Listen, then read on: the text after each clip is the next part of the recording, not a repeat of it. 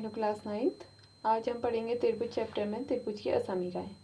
त्रिभुज की असमीकाएं दो होती हैं, जिसमें पहली है यदि किसी त्रिभुज में दो भुजाएं बराबर न हों तो बड़ी भुजा के सामने का कोण बड़ा होगा। जैसे मैंने यहाँ पर एक त्रिभुज ABC लिया है जिसमें BC भुजा AB के बराबर नहीं है और वो AC के बराबर भी नहीं है, लेकिन अगर आप स्केल से इसको नापते हैं तो BC भुजा सबसे बड़ी भुजा आएगी AB से भी AC से। तो BC के सामने का जो कोण है वो क्या है, कोण A है।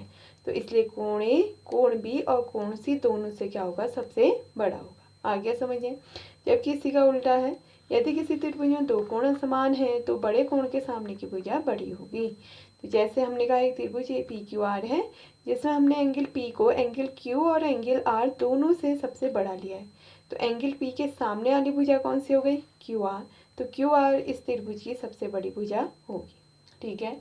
अब इसमें एक प्रमेय आता है कि किसी त्रिभुज में दो भुजाओं का योग तीसरी भुजा से बड़ा होता है। ये मैंने जब त्रिभुज इस चैप्टर स्टार्ट किया था तो वहाँ पर गुण बताया था कि त्रिभुज की दो भुजाओं का योग तीसरी भुजा से क्या होता है, बड़ा होता है। तो इसके लिए क्या करना है आपने, सबसे पहले आपको एक त्रिभुज ABC दिया है, हम कोई भी दो भुजाओं का योग लेंगे। जैसे मैंने लिया है AB plus CA is greater than BC, हमें सिद्ध करना है।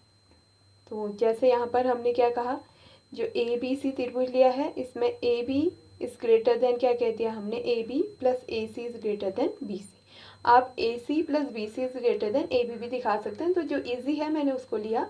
अब इसके लिए अगला स्टेप क्या होता है, इसमें हम रचना करते हैं। रचना ये कि BA भुजा को हम बिंदु D तक इस प्रकार बढ़ा देते हैं। अब रचना की है तो इसे डॉटेड लाइन से शो करते हैं। तो इस प्रकार बढ़ाते हैं कि जो AC भुजा है वो AD भुजा आपस में क्या हो जाए, बराबर। तो भुजा BA को बिंदु D तक इस प्रकार बढ़ाया जाता है कि AD बराबर AC और C को हमने D से मिला दिया। जैसा कि आपको पता है किसी त्रिभुज में यदि दो भुजाएं बराबर होती तो उनके सम्मुख कोण भी आपस में क्या होते हैं, बराबर होते हैं। तो सबसे पहले हमने त्रिभुज ACD लिया, सिर्फ ये वाला। इसमें हमको पता है AD और AC क्या है, रचना से बराबर है। तो इनके सम्मुख कोण, AD का सम्मुख कोण क्या हो गया, एंगल 2, और AC का सम्मुख कोण क्या हो गया, एंगल 1। तो ये भी आपस में क्या होंगे, बराबर होंगे, क्योंकि त्रिभुज में बराबर भुजाओं के सम्मुख कोण बराबर होते हैं। अब हमने तो बात करनी है किसकी, AB भुजा, BC भुजा, AC भुजा, राइट। तो इसके लिए हम क्या करते हैं, इस AB भुजा को लाने के लिए हम एंगल 3 को दोनों पक्षों में जोड़ देंगे। वो इसलिए जोड़ा क्योंकि एंगल 2 प्लस एंगल 3 अगर हम देखते हैं ये बनता है BCD। तो BCD कोण किसके योग के बराबर हो गया, एंगल 1 और एंगल 3 के योग के बराबर हो गया है। ठीक है। अगर आप देखिए, अगर मैं कहूँ 60 प्लस 40 तो कितना होगा, 100। मीन्स जो योगफल है वो हमेशा इन दोनों से अलग अलग क्या होता है, बड़ा होता है। मीन्स 100 का मान 60 से बड़ा है, 100 का मान 40 से बड़ा है।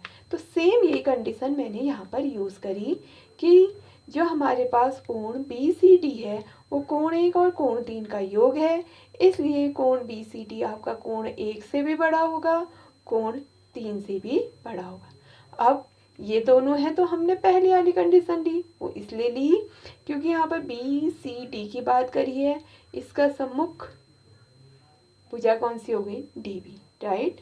अब देखिए हम BCD की बात कर रहे हैं, मैं सिर्फ इतना त्रिभुज लूंगी, कौन सा, BCD।